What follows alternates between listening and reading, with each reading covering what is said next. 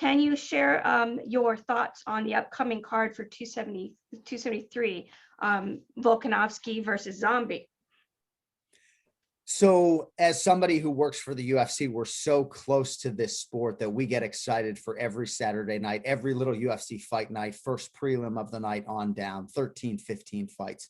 But UFC 273 is absolutely loaded. And, you know, championship doubleheaders used to be a rare thing. And now it seems like oftentimes our pay-per-views are bolstered by 2 title fights, which is just amazing. You know, one of them, the co-main event, is absolutely fascinating. It's pretty rare that you get a title unification bout, and especially so when the first fight was so controversial. So we need clarity. We need finality between these 2 fighters. And I think sort of the anticipation is even more enhanced because Petr Yan dominated a fight that he ended up losing against Aljamain Sterling. Then he went out and won an interim championship while Aljamain Sterling has been idle during that time. So Petr Yan, while being the interim champion, is going to be prohibitively favored in this price. Or in this fight, I should say. I haven't looked at the betting line yet, but I'm sure the price is going to be steep on Petr Yan. You're going to get the best version you can of Aljamain Sterling, right?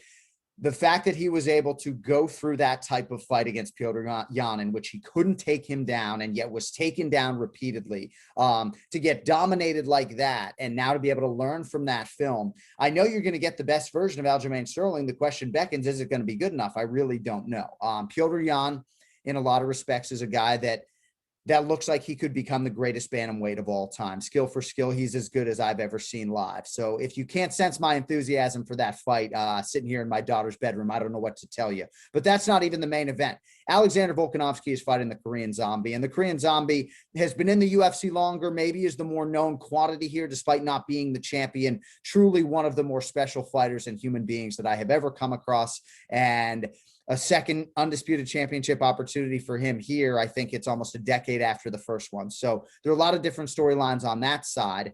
The champion is one of the more underappreciated athletes in UFC history, just by nature of the 20-fight winning streak that he comes into this fight with. You know, they're renaming hotels the Volkanovski, Hotel Volkanovski, after this guy. So, you know, these are the type of the fights and type of matchups that I think give Volkanovski not just a good chance to shine, but, you know, a good chance to add a signature win and maybe produce the type of highlight that is going to help him further resonate with the fan base. You know, Volkanovski's sitting here already a Hall of Famer, and you know, I think he's maybe halfway through his UFC career, right? Like, I still think the best is yet to come for Volkanovski. So I'm excited. You know, these are 2 of the deepest divisions in the UFC. We need to spin them forward. So let's hope these fights stay together.